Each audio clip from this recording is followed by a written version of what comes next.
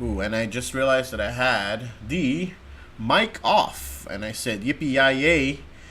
What's up, guys? Good morning. Hope you guys are having a good day so far. And welcome back from your long holiday. It is another pre-market live stream here with the Everyday Growth Advisors. Yeah, I was just kind of telling you guys that we'll go through the macro, the technicals, and then jump into individual charts. If you have any tickers that you guys want me to break down, go ahead, put them in the comments right now so that when I'm done with the breakdown, I will go and do your ticker breakdowns for you. So let's talk about the elephant in the room, which is the topic of conversation today. Financials, they're looking bullish, looking like they have some upside. And one of the reasons is because of a report that I received this morning from the Goldman Sachs prime broker report mentioning that the financials sector has been seeing more and more net bought conditions in the past 6 out of 7 sessions. After being sold 9 out of the 12 past weeks, we've been looking at financials as the most net bought sector of the prime book. Now, for those of you that don't know what prime brokers or the prime book is, remember that you have regular brokers. Those are like your TD Ameritrade and your Charles Schwab, etc. Right. Well, Charles Schwab now owns TD Ameritrade, but you have your smaller brokers, and then you have something called prime brokers. Prime brokers are like the liquidity provider to bigger institutions like hedge funds, mutual funds, family offices, and they sit in between those said brokers. Well, they're kind of adjacent to the said brokers, the smaller brokers, and those bigger funds. So they provide all kinds of services. They, provide insight, data insight, and then of course they have their own book, right? So we're seeing active buying in that sector of the market through the prime broker report, which is interesting. Usually you would not see financials being set up this way, but hey, we're heading into what right now? Q1 of 2023. We're only a couple of days away now, guys, from a new year. So very soon, within the next couple of live streams, you'll hear me say Happy New Year, right? And through that, we're setting up in Q1 for what? Earnings, right? Earnings, ERs, coming up again. So first sector to report in earnings are, drum roll, dang, dang, dang, dang, dang. You got it right, financials, right? So since financials are the first to report and we're seeing some inflows into them now, we might be setting up for some kind of a long play in financials. So you got to kind of make 2 and 2 together. You got to sometimes match your two pairs of socks together to get the answer. Yeah, so we're seeing a little bit of that.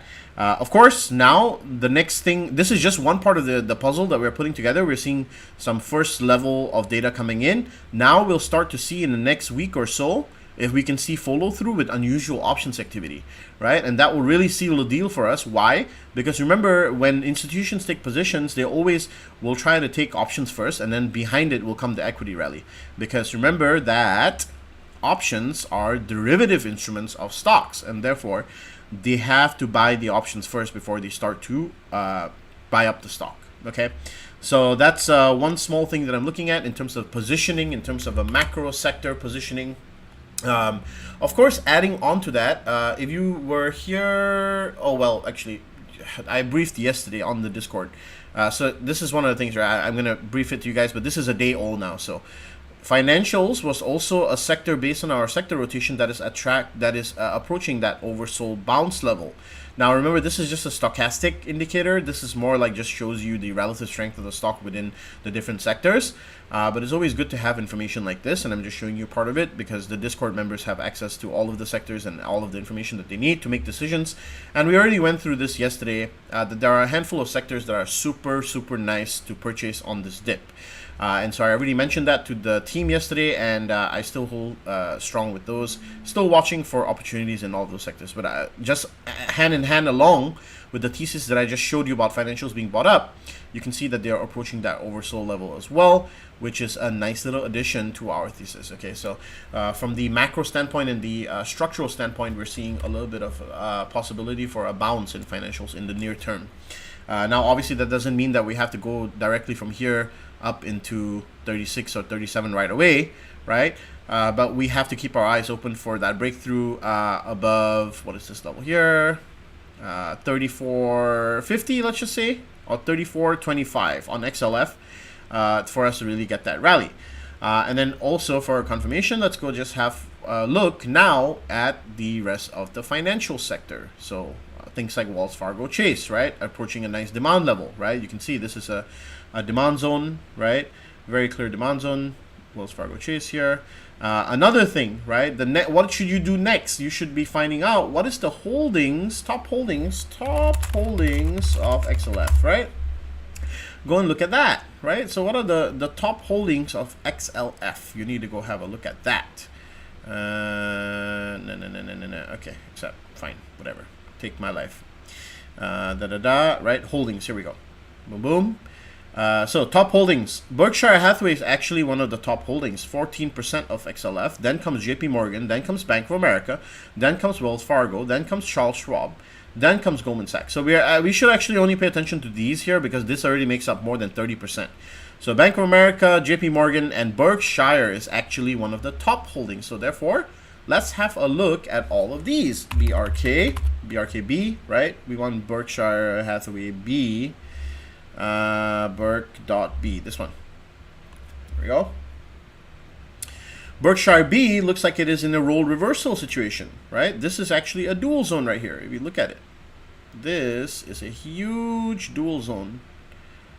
What does that mean? A dual zone means it has the capability to bounce at this level. Okay, now it will only bounce if we can secure the bag above this level. So we are still waiting on confirmation here for Berkshire to break above 309, let's say, right, above 309, and then we can start to get bullish on this. And that will add a very big push into the financial sector, okay? So that's one of the things that will make XLF rally, okay? But then remember, Berkshire B is not just that, right? So then you also have Bank of America, right? This is also pretty oversold and looks like it's been chopping around for a little while. And then lastly was, what was it? It was JP Morgan, right? So JP Morgan's been very bullish lately anyway, right? So this one has pulled back quite a fair bit. This was a huge rally in JP Morgan, came down, perfectly touched the retracement now. We can delete that away. Let's delete this fib away. It hasn't retraced 50%, so this is pretty much a bull flag at this point. And so we have this kind of action going on around here, and we'll be waiting for this breakout pretty much. It's a falling wedge. Falling wedges are nice patterns. I like these because they are bullish setups. Okay, so you have quite a few levels of confluence going on here. Okay, so we'll be looking for that break on JP Morgan. We'll be looking above 133 for that breakout. So you have a choice here. It's either you play XLF as a whole, then you can play JP Morgan individually above 133. There are a couple of ways you can do this. So of course, I leave it to you guys how you want to trade it. But I'm just giving you my 2 cents on what we're seeing from the cracks. Okay. All right, let's talk about SPY, or SPX, and this one really not much to talk about, right? Why? Mainly because I mentioned on the previous live stream on Friday that JP Morgan has a big put collar at the 38.35 level, and then I reiterated this on our Discord live that we did yesterday, talking about how 38.35 is going to remain the magnet until 12.30, which is the expiry for those contracts. There's a huge amount of options that will expire around this region in 2 days from now. We are looking at to the tune of maybe around I want to say $20 billion or even more maybe at around the 38.35 strike. That's the reason why price action keeps whipsawing between those 2 points. And then at the same time, that's obviously from the macro and granular standpoint. But also, if you look at SPX from the technical standpoint, and we're in a pennant here, right? Technical pennant. I love these setups most of the time. Pennant, wedge, whatever you want to call it, right? If you extend it further, if you extend it just to here, then it's a wedge. If you extend it further out and you let these lines meet, then it's a pennant. So there's equal side opportunity on here, and it looks like we kept rejecting 38.35. And if we keep rejecting this today and tomorrow, then we might go down to test 38.06 and then maybe whipsaw back up to 38.60. So it's non-defined until those expiries roll off, and then we'll probably be in the new year by then. So my advice to you right now is, as long as we don't break out of this range, which is between 3,800 all the way up to, what is it, like 38.80, as long as we don't break either way of this range, avoid trading SPY or SPX. You're going to get yourself into a bunch of headaches if you try to predict where this is going to go in the short term. And quite personally, this week I didn't trade SPX at all. You'll have a look, right? Nothing SPX. We closed about $10,000 for the week so far.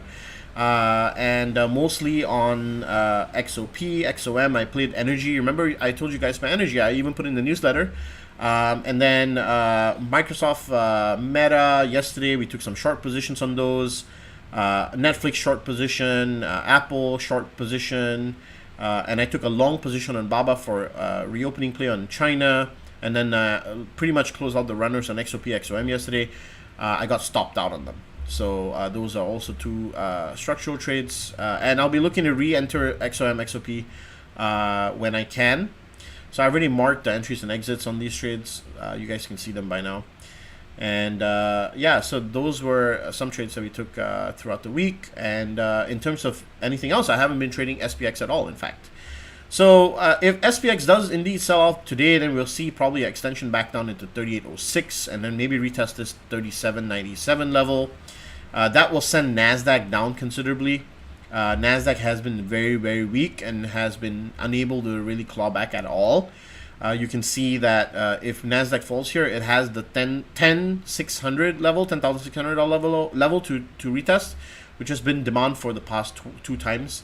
And ultimately, if we do get that breakdown on NASDAQ, it has to clear 10,400 and ish 10,430 before we see extended downside into the 9,000s. And so when that happens, that's going to be a bit painful, and that's going to drag SPX down with it. We'll be watching very closely on that. Okay. Okie dokie. Let's see. Any tickers? Okay, then we have IWM. This one's range bound. Not going to trade it until we get a range break in either way. And gold got a huge fake out yesterday and then reversed back in for that breakdown yesterday. So we'll be looking at gold continually and see if we can catch that on the reversal. The VIX has been pretty whipsaw lately. Not really much of a signal here. You can ignore the VIX here. Volatility is quite low in the past 2 days. Below 23.89, you shouldn't really be looking at the VIX. It's not really that relevant. As long as VIX is like at 21, 18, 16, these are pretty relatively safe levels. You don't really need to be worrying so much about it. And once again, guys, I just want to say thank you for all of you guys for attending this live stream. Make sure you hit that subscribe and like button. I really, really, truly appreciate you taking your time to be here. But remember, it just takes an additional 1 to 2 seconds for you to hit that like button and help this stream reach a greater audience. I really, really appreciate it when you do that, because it helps the YouTube algorithm find us more people to watch the stream. And I personally want this stream to reach as many people as possible, because we want to help as many people as possible through the pre-market and navigate it for them as well. So by you helping to smash the like button, it's going to not only help me, it's going to help the YouTube algorithm, and that's really, really appreciated. Bond market's been pretty muted. We saw some $90-some calls come in. I'm still holding the long-term bond positions. I have all the way obviously until June expiry, so I'm not really that bothered about it. But I did see some $98 or $97 call puts come in for bonds. Don't know if they're selling puts or if they're actually engaging in a longer term position, but we will keep an eye on that. Dollar index, once again, still very muted. Just been kind of concaving down in a curve position here. No real development, to be honest. The main discussion of the week, semiconductors got sold off very aggressively on the back of some news of possible supply disruptions, and then also graphic card demands being low. This is the reason why semis got completely dumped over the past 2 sessions, and looked very interesting for that downside play. Now, I did mention about semis going bearish right about here. I didn't manage to take the short position on it, and neither did I even play Nvidia yesterday. I missed such a huge short on Nvidia, but that's okay. Remember, if you're going to FOMO into it and then you're going to try and grab these positions as they are starting to head down, it's just like grasping at our dear old friend Tesla, where you're going to ask yourself after taking the short position here, why does God hate me, right? So don't do that. Just let it, you know, there's so many other opportunities. Just let the opportunity come to you rather than you chasing it. Remember, we don't want, we don't want to necessarily chase these things, because we want the circumstances to be in our control. Okay. Okie dokie. So that's all I have for breakdowns in terms of technicals, in terms of macros. Let's hear it for the ticker. So D-Dog to the downside. Let's see. Okay. D-Dog. Haven't looked at Cloud Tech for a while, actually. Okay, so D-Dog looks like it's approaching once again a very key level here, 69, and then it has this 67, 68 level here, which is it needs to clear. Below that, then yes, sure. I think right now you need to let it clear this level, though. I mean, I do see what you're saying. It's a possible scenario that it breaks down here. I think what you want to look for is that continuation on NASDAQ. If NASDAQ breaks down here, then D-Dog's going to go along with it. What you want to wait for is the break of 66.38. So you want this breakdown right here, 66.38, and the 66.38 is going to get you pretty much, let's say, the first target at 62, and then below that, oof, that's a big gap down. So the first below that, actually not 62. Let's see here, it's a bit lower than that. There we go, 62.22, 62.24. There's a big gap here. And then also this big space here to be filled. Let's also have a look at the daily VPVR volume to see where it's at in terms of historical levels for supply. Yeah, so you can see that there's a huge gap here that's waiting to be filled in terms of volume and liquidity. There is almost no liquidity down here. Very easy for it to fall if it gets below this 66.70 level and then clears the 62.14 level. It's going to free fall down into the $50 level on D-Dog. So that is a very high possibility if tech continues to sell off here. I think I like the position as long as we can get the confirmation break below here. Let's take a starter position, wait for it to backtest a couple of these levels up here.